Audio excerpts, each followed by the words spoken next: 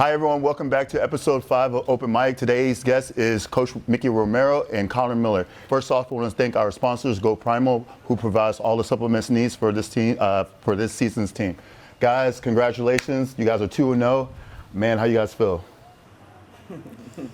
Please, Conor, you sir. Happy to be 2-0, but still think we can play much better. Yeah. So, personally, I feel like I'm my toughest critic, so I'm focused more on the places we can improve and the things we can do better, especially this week going in to play such a great team with Raiders Tirol. It's always better to be able to fix things after a win than a loss. So.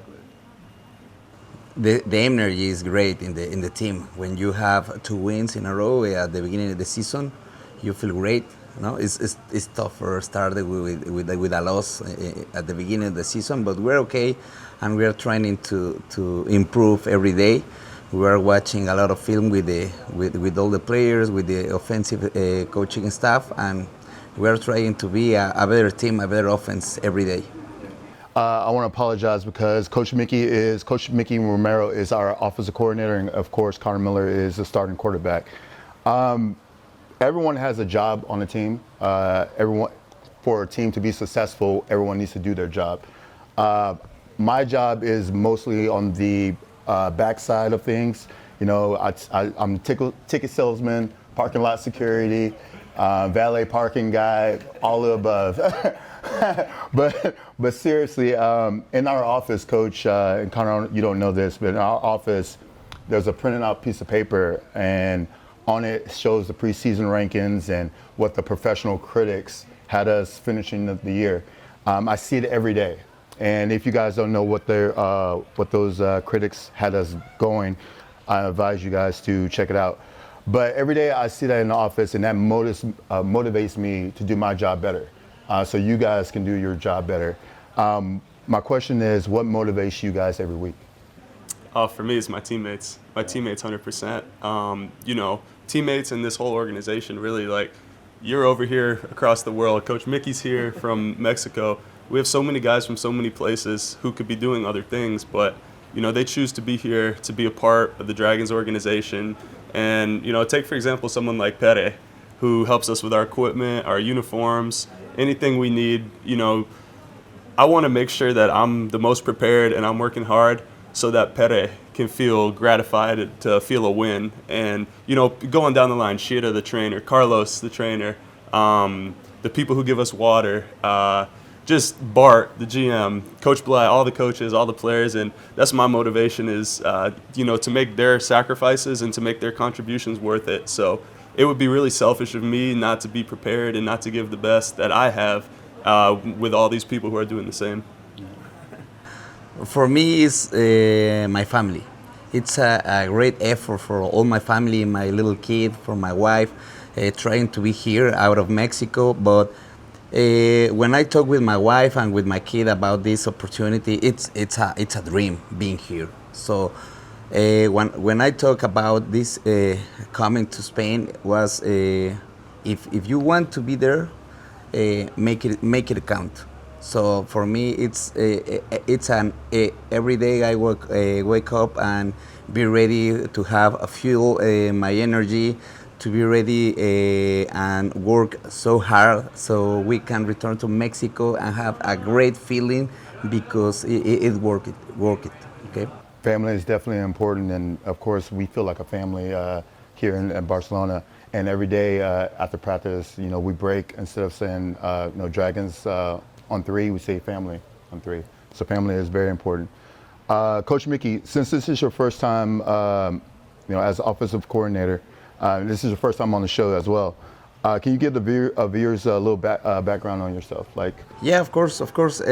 I'm started coaching in Mexico City at 16 years old in a youth football club, Pumitas, and I have 26 years coaching. So in the last 10 or 15 years, I involved in a high school program, in a college football program. I was the offensive coordinator for the high school of Borregos, the Tech Ciudad de Mexico. And obviously, I was part of the coaching staff for Coach Raúl Rivera and Pumas, UNAM. In the last 2 years, I was the offensive coordinator from the Reds Mexico City in the pro level. So it was a beautiful experience for me being a coach. It's not that easy being a coach in Mexico because you don't have the money. You are not the one coach like in the United States, but you try to find a way to make your dream a reality, and we are here. We are here working so hard so we can return to Mexico and be happy and proud of all the Mexican football. Exactly. How do you and Coach Black know each other? We started to play together in high school. So you know him for a while. Yeah, 16 years old, and then we played together in college, and we have, I think, like 15 years coaching together. We coached together in college level in Mexico and in pro level in Mexico also. Okay. Where in pro did you play? Me as a player, I coach. I play QB all my life, and my last 3 years of college I played as a DB. And Coach Black was on that team as well, right? Yeah, also. He was the mag linebacker of the college football team. He is the Ray Luis Sanchez. Ray Lewis. So what is your favorite memory of you two playing together? We have so many memories playing together. When I start in the college level,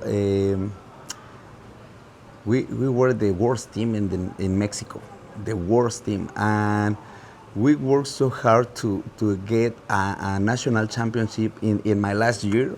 So I think the whole experience was beautiful because we were part of something new. We built something new. So when you arrive at that team, there's nothing, no coaching staff, there's no support from the school. But at the end, I think we built a beautiful and one of the most prestigious programs in Mexico. So that's my experience with Coach Black and a lot of teammates and coaches. Good. So is this your first time coaching in Europe? Yeah, it's the first time. So what do you think about the talent level here? I think the size of players are huge. Yeah. When you can review the film with the Austrian teams, German teams, also Betty Guards was a really big team. The size is important. The game speed also in some position like the D-line it's wonderful, but I think the level in Europe is increasing too hard. I think maybe the last 10 years. Yeah, I came to play and coach in the last senior world championship in Austria, 2011. I was the coach of DBs of the national team in Mexico, and so 12 years later, the football is totally changed in Europe. The level is increased every year. So I think we are in one of the most prestigious levels of football in the world. Okay.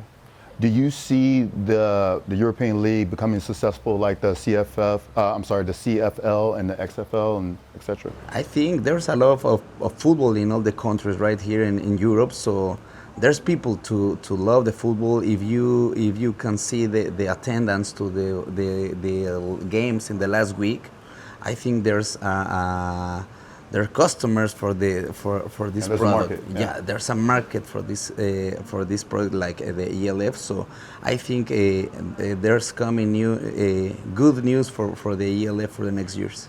Okay.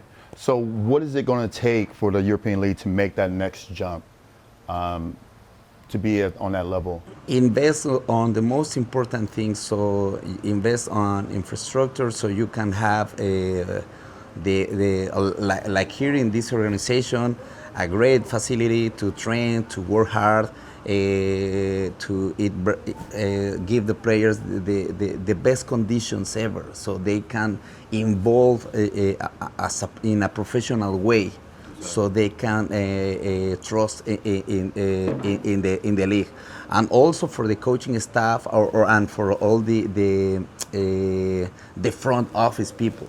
So if we want to be more professionals as a league, we want to really involve 100%, and it can be happen if there's the conditions for everybody, front office, coaching staff, and players. Invest in your people. They're Yeah. going to take care of you. Exactly. Conor Miller, baby. Man, congrats, man. First year in, playing as a starting quarterback. Last week you were Hard Rock Player of the Week. You were Citizen Week 2 MVP with 394 passing yards, 4 touchdowns, 0 interceptions. How the hell do you feel, man? I feel good because we're 2-0. You know, I don't really worry about the individual awards. Obviously, it's a great honor, but you know, that's more a reflection of the Dragons organization. You know, the award may say Conor Miller, but it's just as much yours. It's just as much Coach Micky's. It's just as much Perez, as much Uri's. It's the whole organization gets that award. So just happy to be 2-0. And however we need to do so, whether it's throw the ball, run the ball, play defense, as long as we win, man, that's what feels great. It's so exciting to watch you play. And I just want to say you really accepted your role not only as a leader of the Dragons, but also a playmaker. And one thing you said yesterday when they announced you the MVP, you said this may not, as you just said, this may not be, they may say Conor Miller, but it belongs to everyone. And I admire you so much for that. How do you stay so humble? Oh, I just know that it's so much bigger than me. Like, you know, in the grand scheme of things, I'm just a piece of the puzzle. You know, my job would not be possible without Coach Micky calling great plays, without offensive line blocking, without the receivers making plays, without running backs running hard, defense coming up with crucial turnovers late in the second half, you know, without having great conditions to practice. You know, I could keep going on and on and on, but I'm just a piece of the puzzle. And, you know, there is no one piece that's greater than the other pieces. And that's the only way to win, is when every piece is doing its job. So, you know, it's so much bigger than me. Exactly. You know, we're a machine. Everyone needs, for that machine to work, every part of that piece of the machine needs to keep on going. Coach Micky, like as I said before, it was great watching the offense play. Everyone seemed so synchronized. The run game, the passing game, the blocking, etc. What is your secret, and how do you prepare your guys so well? I believe that everything starts with the first meeting that I have with Conor, with the coaching staff.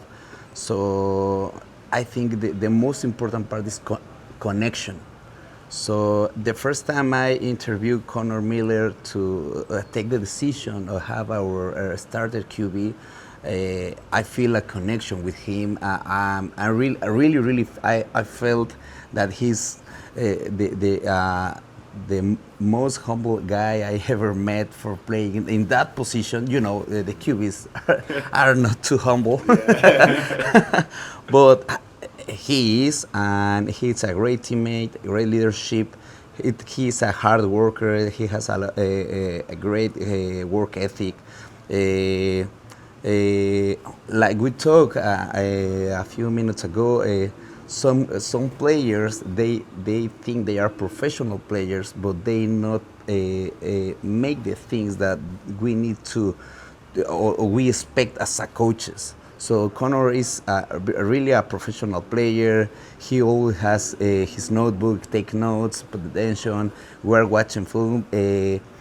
He tries to correct all the details. So had a connection with Conor, with all the coaching staff. The first talk I had with Coach Nuno in the offensive line was also the one of the most important parts of being here, because you cannot be here and if you don't have a team of work like the coaching staff that we have right here in Dragons. So that's part of because the GM take the decision to have a very professional coaching staff. So if you have the great teammates, you can have good players, but if you don't have a connection between them, it not happen. So I think every day we are trying to build a great relationship with every player, with every coach, with every person involved in Dragons. So I think that is the most important part. So when you see the offense running plays, synchronized, we have connection between us. So we are working so hard in the practice, in the pre-practice, 5 days a week. Not in Europe. It's not easy. Say that a pro team can train 5 days a week. Okay, so I think everybody is believing the same thing. Okay, we are dreaming and have a championship ring. So we are here. We don't know we don't know what will be the final result this season, but we are dreaming on trying to build something special for this organization. Speaking of the O-line, 2 games with 0 sacks. You must be really loving your offensive line right now. So how big of an impact is Coach Nuna? For not only for the offensive line, but for the offense. He's a unique personality. He's a very unique personality, and I'd say he defines the word presence. Just in the way he's there, and obviously the way he coaches the O-line is very hands-on, is very technical. But just having his presence around, it's you feel it. You always feel it, and he's very detailed. And something as minor as he can speak Spanish, he can speak English, both perfectly. And, the results are speaking for themselves. 0 sacks and I believe 110 rushing yards last game. That's huge credit to the big boys up front. And you can see such a difference than, when we first got here as opposed to where we are now. And I know that there will be even more steps being taken by Coach Nuno and the O-line to keep improving. Yeah, Mike, I think also about the sacks and about the rushing game, when you saw the film about the last Saturday, you can see receivers blocking in the running game and had a big effort trying to get big plays. So when we are talking about the passing game, obviously Conor has great pre-snap reads. He has a quick release, but the receivers, they are also in the same mood with Conor. They are expecting the ball in the time that the ball is thrown. So I think everybody is working so hard so we can have that rushing game and passing game. Yeah, what my coaches always say, if you have a good running game, it opens up the passing game. So it was a huge, great job to the running backs and the offensive line, of course. Tony Monton had a touchdown, so did Edu. It was really fun to watch. Yeah, and also Coach Black, when I talk about being the offensive coordinator for this season, he talked to me about the last season. Okay, what he expects for his offense for this team. And I expect a running offense, a balanced offense, so we can throw the ball because in the last game for the last season, we don't have a lot of weapons to make the next step in the playoffs. So I think everybody's trying to build that kind of offense. The GM, the front office, the head coach, all the coaching staff, the players understand that philosophy of the offense. Mm-hmm. And that's what I meant earlier, but you guys were so synchronized, and you guys are all on the same page because it was so fun to watch. It was so fun to watch. It's always tough for the first game. You got the first game's jitters. We kind of a little struggled last week ourselves. But what are your general thoughts on the Milan Seaman? We had a lot of information from the Italian league in the last year, so I think they have they are good talent in the front box, in the front 7 box. So I think the most important part for me was trying to throw the ball as quick as possible at the beginning in the game, and then trying to establish the running game. So they had an historic great team. Like they had like 4 years in practicing football in Milan. So I think they play really well at the offense. They score a lot of points. So it was a tough game for us because that forces us to stay focused, for the 4 quarters, and trying to help the offense in the best way possible. Yeah. I think they're a really well-coached team, really well-coached, disciplined team.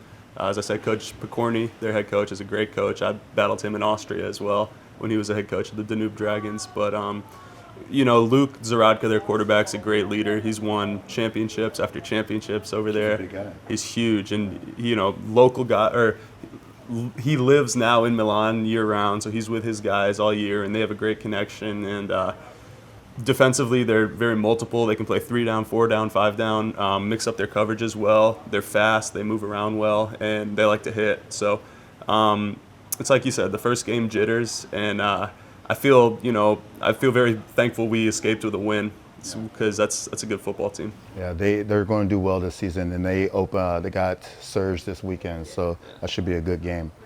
I know you're a defensive coach. I know you're an offensive coach, but the defense.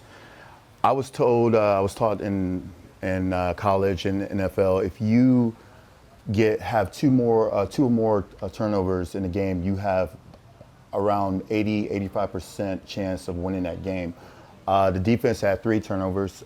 Two of those turnovers came by Latero, who had 2 interceptions. He was the freak of the week, and another forced fumble and fumble recovery by Darius Slade. But it seemed like the offense struggled the entire game. Was that due to the fact that we didn't have film on them for the first week, or your thoughts on that? Yeah, I think it's tough to start the season with no scout in the first 2 games because maybe you have an idea of what you can expect about the last season from Milano Siemens, but I think the new coaching staff in the defense, they are trying to understand the philosophy of Coach Black, and I think they are in the right direction to have a great defense. I think Coach Black is one of the most prestigious defensive coordinators I ever met in Mexico. I think he's the best one. Okay, so I think it's the last year defense plays so well. So I think we have a lot of talent with a lot of players. So I think maybe in the next couple of weeks we can see a defense like a Coach Black loves the defense with maybe 10 points, 12 points in the scoreboard. So I think they are working so hard. They are reviewing a lot of film. So maybe in the next weeks we can see the best version of our defense. So what are some things that the team needs to clean up going forward and make winning a habit? Oh my God! I think.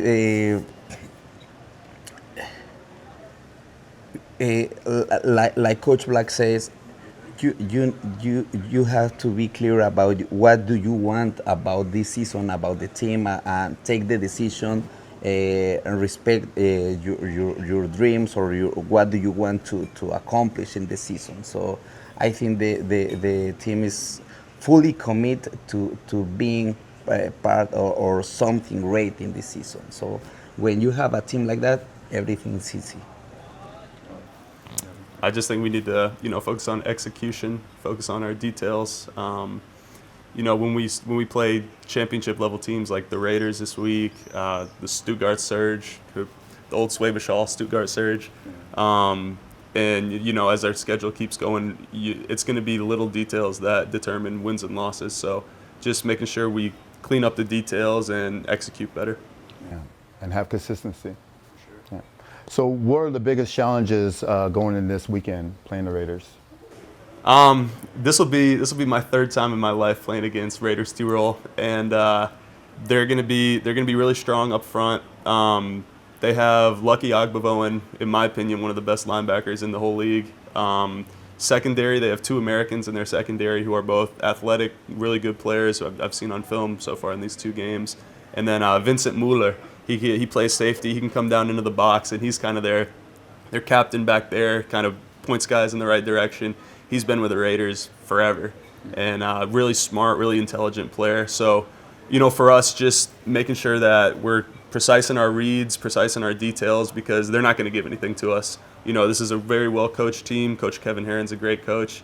And for us, it's just about execution and making sure we focus on our reads, because this is a great football team.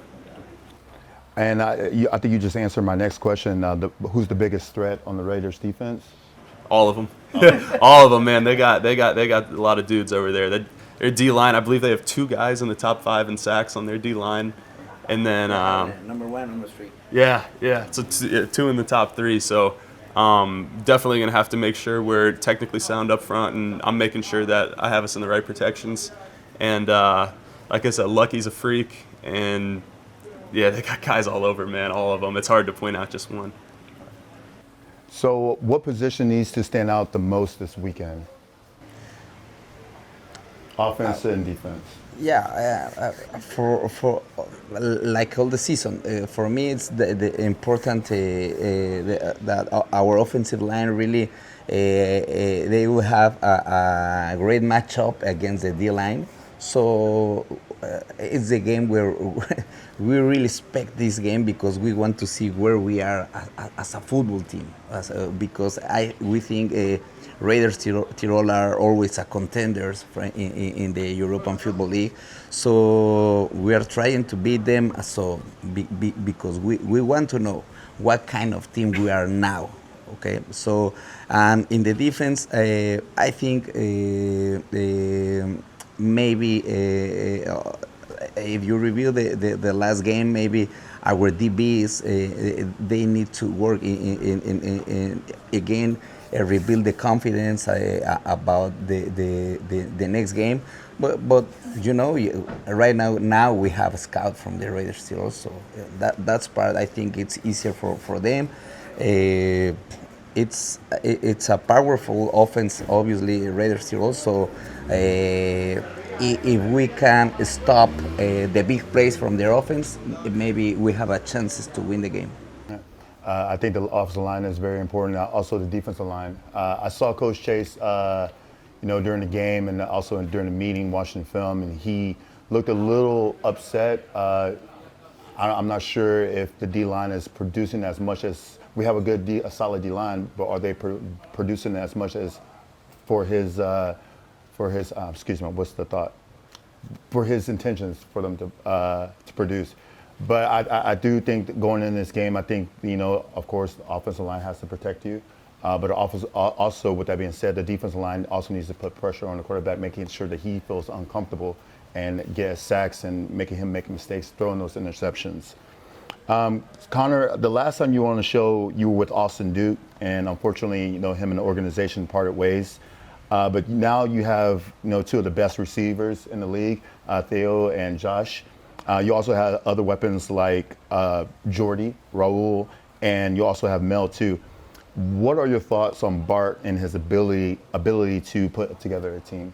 I think, I have full confidence in Bart, and, you see year after year after year that he's been able to put just great players in this team. And, nobody loves the Dragons more than Bart. And, I think the results are speaking for themselves, from year 1, the improvement to year 2, and then the strong start we've had for year 3. And I think that nobody deserves more credit than Bart for the team he's put together and just how professionally run the Dragons are and the culture that he's created, because, culture starts from the top down. And, I think he deserves a ton of credit. And he's a guy, he's not going to tell you what you want to hear. He's going to tell you how it is. And, Italian, I don't know. But I have so much respect for him and so much love for him because, I know at the end of the day how much he loves us and how much he loves this organization. So, love you, Bart. Want to add on to that, Coach? No, I think the same thing. Everything starts with the head of the project. So I think we are in the right hands. I feel really blessed to know the people that we have in this organization, like Conor says, with Uri, Danny, you, Mike, and all the people in the front office. I think we are building a great organization. You really feel like your family right here in Dragon. So that's the most important thing for me, and I think that this is the most important part for being a successful team. Yeah, as Connor said, Bart doesn't get enough credit, so kudos to you, Bart. I'm glad, happy and blessed to be here. Connor, if you have a successful year this year, do you think you will try out for another league? I don't know if it comes. Like, it's one of those things where, you know, growing up, especially in South Florida, it's like NFL or bust, NFL or bust. And so originally, like, when I didn't make the NFL, I was like, am I a failure? And then kind of coming over here, I've just kind of realized, like, it's a pretty good life. Like, I live on the beach. So it's one of those things, like, if it would come, it would come. I'd take it on a case-by-case basis. Actually, I had a chance in the USFL. It would have been for this year. It would have been like a tryout type opportunity, but ended up passing it up because I just, you know, I didn't want to give up the Dragons. Like, you know, I really am so happy to be here. It's been blown away any expectations I could have had. So I guess, yeah, to answer your questions, like, if something would happen, you know, it's a case-by-case basis, but it would be my dream to be the starting quarterback of the Dragons again next year. You're such a great guy. I love you. What about you, Coach? Do you have any ambitions to coach as a offensive coordinator in a higher league or head coach in this league? No, the same thing with Conor. We really fall in love about Dragons organization. It's like a dream. A lot of Mexican players played in Dragons in the 90s. So I really I was a fan of Dragons organization, and once you are here, you want to stay here forever. So we are not thinking about the next season. For me, if you work hard, or maybe if you don't have work enough, maybe it's your last season as a coach, not only in overseas. So we are trying to work so hard to have a real impact in this organization. We are trying to build something special, something that lasts for years. So we are not thinking anything else. Only we are focused on Dragons. Yeah, 1-0 in everything, one day at a time. And after we win the championship this year, we can start thinking about other things. Earlier, we mentioned about that there was a record break in the league with Rainfire had 30 plus K at their attendance. How can we, get our fans to be more involved with this team? That's a great question. I think that, you know, between Bart and Jason Robinson, one of our new owners, I think he's done a tremendous job of kind of raising the notoriety of the Dragons. He's gone, you know, he's been boots on the ground handing out flyers to people like, you know, hey, like Dragons are around, Dragons are around. He's even learning some Spanish. So, you know, I think, the steps are being taken by the people at the top to, you know, kind of increase the knowledge of the Dragons. The Dragons are back. You know, even though it's year 3, a lot of people still maybe don't know. So I think the right steps are being taken of, you know, just to spread the knowledge of football, American football here in Catalonia and all throughout Europe. But 30K, man, 30K. Hats off to Hamburg and the ELF. That was incredible, man. And, you know, I hope the fans enjoyed the show. Yeah, I think this attendance takes not only 1 or 3 years from the ELF. This is part of something bigger. The football in the German football is so different than the football in Spain. So we are here in Europe, in Spain. So if we can help with trying to build all the organization in Spain with football, we're trying to coach or help coaches in the youth football coaches, trying to all the people fall in love, or the kids or and the youth organizations, we can bring them to the stadium, but one step at a time. So I think we have a lot of work to do, like the GM, like Jason Robinson. We are working in the right direction. So I think we need time. The German football make it happen 20 years later. So. Dragon fans, our next home game is next weekend against the Munich Ravens. So make sure you guys are there, as many people as possible, so we can support our team. Guys, anything you guys want to say to our fans or anyone out there? Coach. We are waiting for you in the stadium in Terraza. We will play against Munich Ravens in 2 weeks. So it's a beautiful experience. Everybody, a fan talked to me 1 week later when we won the game against Helvetic, and he talked to me saying something important. I see something special in this sport. I see something special. The values in other professional sport are lost. But here in Dragons, I can feel another kind of values. So I will bring my kid. So I will be your biggest fan for the rest of the season and maybe for the rest of my life. So if you want to feel something special, we will wait for you in the stadium of Terraza. Muchas gracias todos unidos con fuerza.